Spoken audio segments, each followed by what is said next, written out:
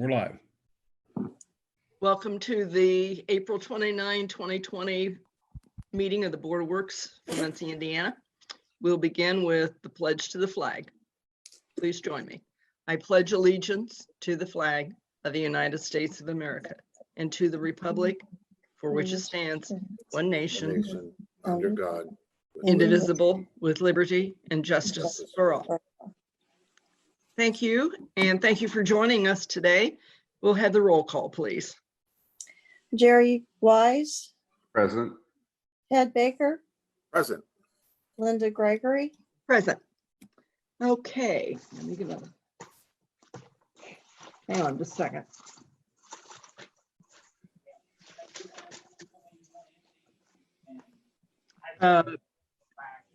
Could I have a motion about the meeting minutes for last week?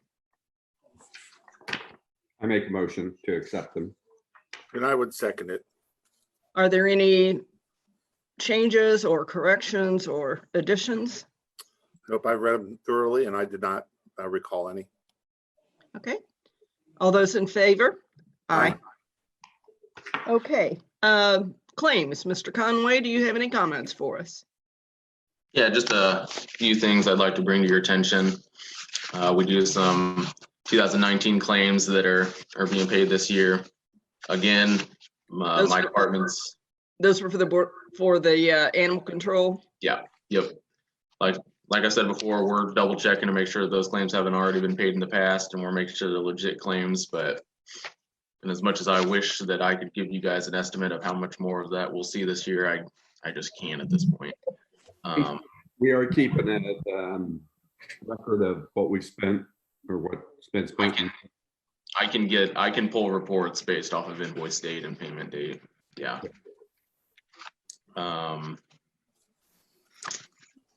One of the other things I want to bring to your attention is on the last page, page 14. We have $29,703 going to the Muncie Arts and Culture Council. That is a grant that they received from the NEA, and the city is the fiscal agent for that grant. So I worked with them since I took office, and we submitted the paperwork to them. So the city received $33,000, which is the remaining money for that grant. And they have to submit receipts and payroll information to us for us to release that money to them. So Trent, if we've got 29,033. So they've been able to provide me with $29,000 worth of receipts. They're having some issues with their accounting system and trying to get those receipts off of it. So there'll probably be another draw on this for the remaining amount. But that's just money being paid out. The city was a fiscal agent for that grant. So we received the money from the grantor, and we are just giving the money to them after we get all of the documentation. So, and then the only other thing I want to bring to your attention is on the very last page of the claims. And it says it in the title, but it's just a reprint. It's a check that got lost in the mail or just never made it to the recipient. So we had to void it and reprint it. Okay, thank you. Mr. Baker, Mr. Wise, do either of you have comments or questions? Some more questions. You know, I've taken time to highlight and look at all these.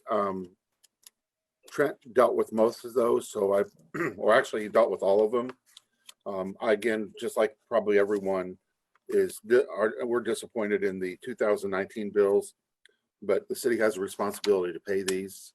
And so, Trent, I thank you for taking time to go through these, making sure that they're legit and such. So it's unfortunate, but that's how it happens sometimes. And so I think we've got to be responsible to our suppliers. And so thank you very much. It's unfortunate, but we have to do it.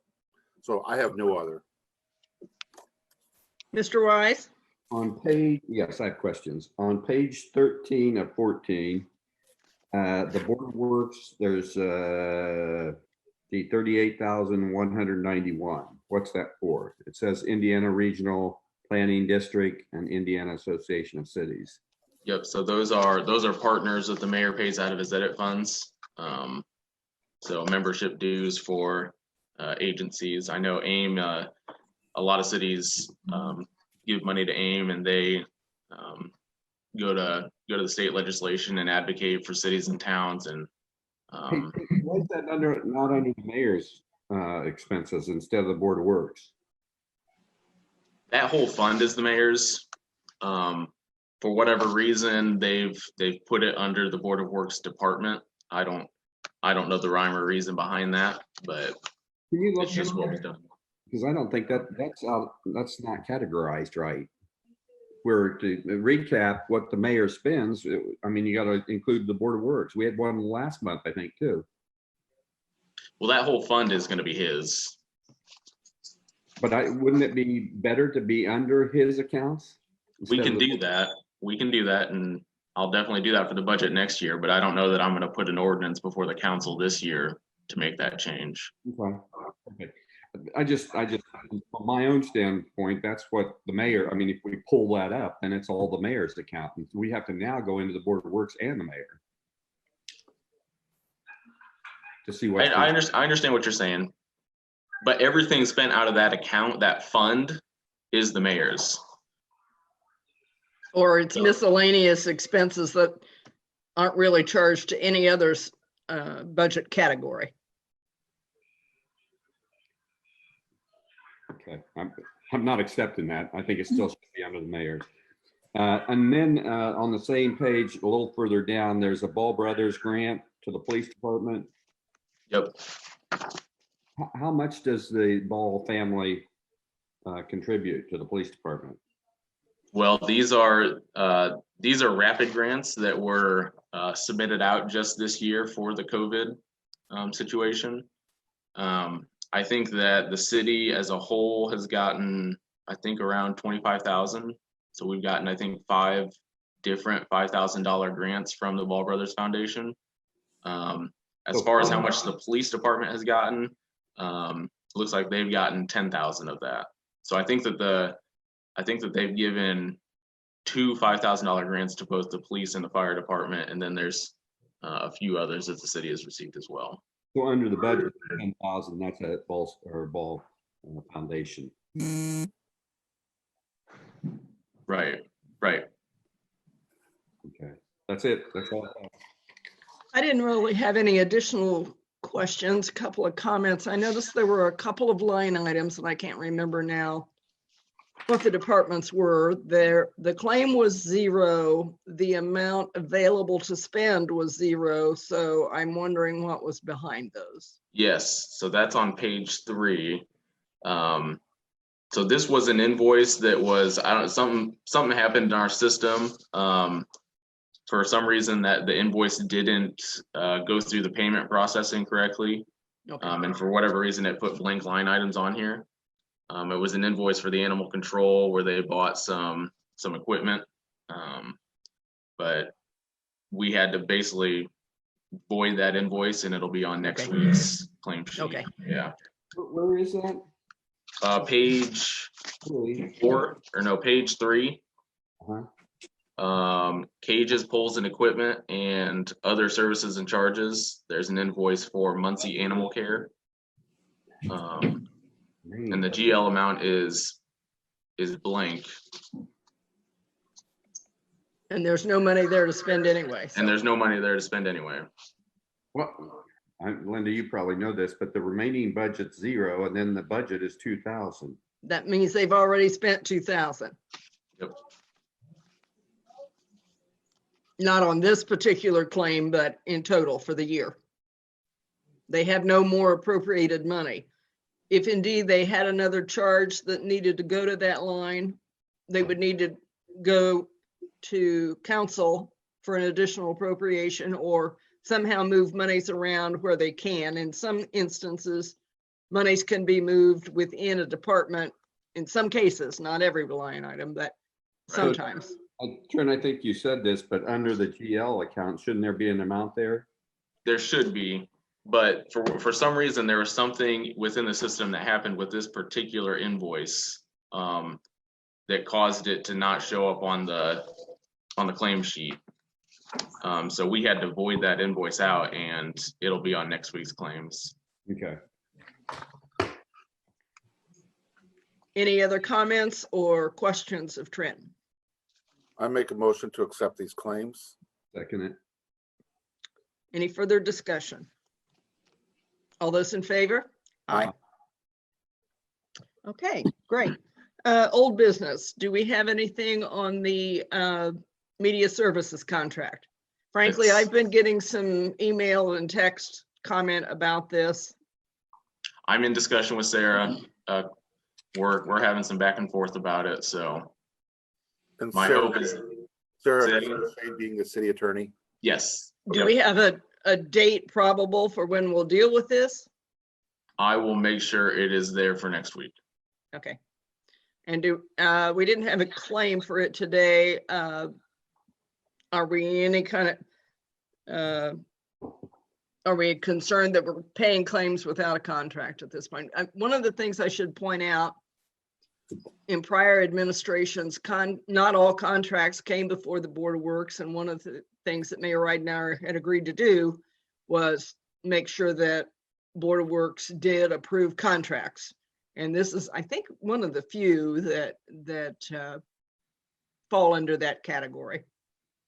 Yep, All right, Yep. so next week, next week. okay. The Salvation Army request, Brad, do you want to speak to that, or shall I talk about what I talked to Gretchen about yesterday? I assume it's the same information. Okay, So we basically, have a, oh, I'm sorry, go ahead. go ahead. Oh, so, we are trying to get this cost analysis figured out. We have a contractor who was going to give us a look at the project, look at scope, give us cost analysis so we can move forward, potentially move forward with the one bid. However, with the social distancing and the different quarantines and stuff, it became exacerbatedly difficult to get everyone organized to get into the Salvation Army, but that part of it has occurred. So we have made some progress. I know it's really slow. That person, that contractor is writing up their statement. I actually thought I was going to have it Friday. I was hoping to be able to, finish this out today with you all, but I'm hoping next week we have something on this. But there has been some progress. I know it's really slow. We're just trying to get someone in there to make sure that we have a good cost for the single bid that came in. Okay, this, for background information, while it's desirable to have multiple bids on things, we don't always get multiple bids. In this case, we had one. So the procedure is that CDBG goes out and gets from an expert cost estimate, a review of the bid to make sure that it is defensible. In the And that's- industry, it's called an engineer's estimate, even though it's not always performed by an actual engineer. I know that kind of sounds weird, but we're actually looking to go out and procure a service that would potentially create all these estimates up front as our original grant application comes in. So well before we begin the procurement process. So I just wanted to add that. I'm sorry. Okay, good. Just so that everybody knows, it's not an arbitrary decision, and given the situation we're in now, not everybody's comfortable with opening the doors and having any kind of person come in, much less someone we call an expert. So we'll just continue to have this on the agenda until such time as you're ready to move on it. Correct. Please, thank you. Okay, moving on ahead. We have a consulting contract from LPA. Brian, is that yours? The second. Hmm, Linda, can I go back? yes, sure. First, how much, well, we don't have do we have an expense and is it a contributed expense, or do we pay for it, the city? This is a CDBG grant. Okay. And about how much do we expect? I don't recall. Are you asking how much we expect the Salvation Army project to cost? Correct. I think, and I don't have it right in front of me, and I apologize for that. I think it was right around the neighborhood of $26,000. That answers my question. Thank you. Okay, now Brian. Item 1 was actually approved at the April 8th Board of Works meeting, so there's just a miscommunication on my part of that got back on the agenda. It shouldn't have. So then moving on to item 2. Yeah. This is a request from Bear Mays to do the flex space. So similar to one that came before the board a few weeks ago, there's outdoor seating that's available using some of the streetscape along Walnut. So this is just an application that we receive at the street department, and they're asking for flex space seating from May 15th through October 31st of this year. So that would all be something I'd recommend for approval, contingent upon any type of state, COVID requirements that would reduce seating. So that's. That was one of my questions. Does that form not include effective dates? I couldn't see that anyplace on the form. And if it's not there, should it be put on the form? It's something that they typically write in. So, but I didn't see it. So could we make sure that that's included on the form going forward? Yeah, thank you. Absolutely. Yeah, personally, I think given the current circumstances, being able to eat outside where you're not typically eating with air conditioning vents and whatever, the model out of China comes to mind, probably is a good thing. Ted, do you or Jerry have comments or questions on this? No, I mean, I've just been downtown through the summers and such, and I've seen how those outdoor seating areas enhance the downtown community quite a bit.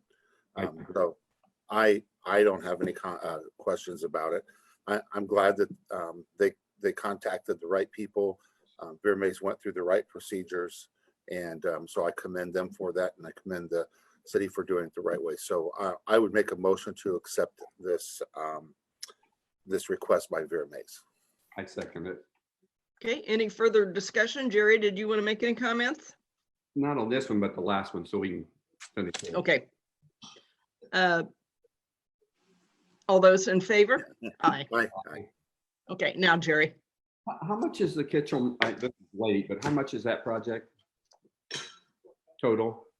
The one in East Jackson. It's been done in phases, and I mean total. Sorry, Jerry, I didn't hear your question. What is the Kitzelman grant? What is that total? So there's been 3 different phases. The bridge. Yep. So there's the bridge, and then the portion that's been done right now with the parking lot and the trail enhancements on the east side, south of Jackson. There's a little bit that was kind of the conversion of Bunch into a trail. And then phase 3 is everything on the west side, on both sides of Jackson. How much is that total, approximately? All 3 phases. Could I get back to you on that? It's been going on for 5 or 6 years, so it's a fairly big number. But is that a grant or are we paying for it? bonds. Well, it's We pay for it. It's a few things. A lot of it's bonding. So it's an MPO project. So it's 2080. So 80% of the cost is being covered through the Metropolitan Planning Commission, which is NDOT money, essentially. And then 20% of it is being paid locally. Of that 20%, the construction cost has generally been paid from the Cardinal Greenway and kind of local partners. And then the professional services or the engineering and inspection costs have been paid for through the city and street department. So there's a lot of different parties that have kind of come together to try and fund that, but just the local portion is only 1/5 of the overall cost. Did they answer your question? Yeah. No, the total also. Moving on, Brad, I'm assuming you're here to talk about the lead abatement agreement. Yes. I know that I got this in a little late, so I'm not sure how much of it you all have gotten to review. It is quite an extensive contract. It's a little bit different contract than you're probably used to seeing. We're going to be partnered. I don't know if you remember, but late last year, I want to say in September, October, The city received a grant from Indiana Housing and Community Development Authority to abate lead in homes, potentially that's going to have children under the age of 6 in them. And we got about $324,000 to do that project. To help carry it out, we have contacted with Pathstone Housing Corporation and ICAP. I can't remember what ICAP stands for off the top of my head, but they've done this kind of work in the past. They're willing to help partner to take on about 5 houses each, and that's in remediation. There's a lot of different steps in this program. So we're just trying to get everything in order between the 3 of us, because the city will be acting to some extent like a fiscal agent, and we'll still be doing the procurement, because this is, even though this is IHCDA, their money came from HUD. So we are following the normal procurement procedures that our office follows, and that's why we'll be taking on procurement, and then those contractors would bill us directly. This contract lays out all the responsibilities of each of those entities, sans the contractors, because we haven't actually procured them yet.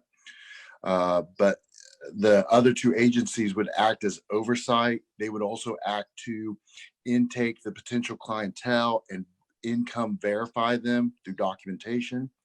And then we submit all of that to IHCDA.